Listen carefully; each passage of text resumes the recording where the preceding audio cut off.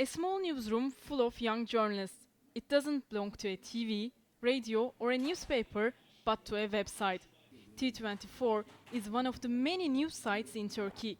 It was created as an alternative media source 5 years ago and today has 2 million visitors every month.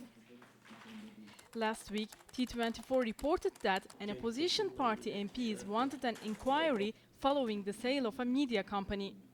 The MP alleged that the company had been sold following the pressure from the government.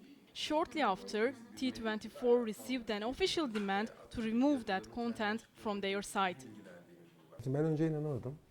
We could not believe this, to be frank. Could justice really ask us remove from broadcasting a main opposition inquiry tabled in the parliament?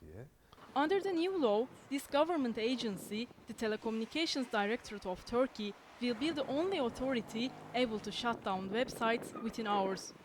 There won't be a need for a court decision anymore. And internet service providers will be forced to store records of users' activities for up to 2 years. Legal experts say the new law puts Turkey in the same league as China, Iran and North Korea in terms of freedom of expression. Whenever there is a democratic debate on an issue, and especially if we are talking about politicians, the private sphere is interpreted narrowly. This is the trend of the European Court of Human Rights. This is the trend of international human rights law. But Turkey right now is running in the opposite direction. The government says the law is aiming at protecting individual privacy and not at silencing its critics.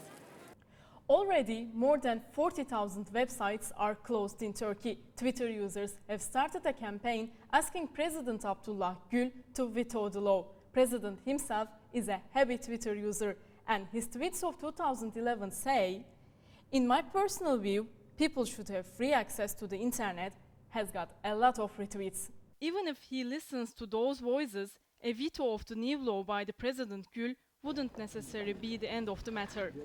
Instead, the law could go back to the parliament for another round of discussion. Isıl Sariyuce, Al Jazeera, İstanbul.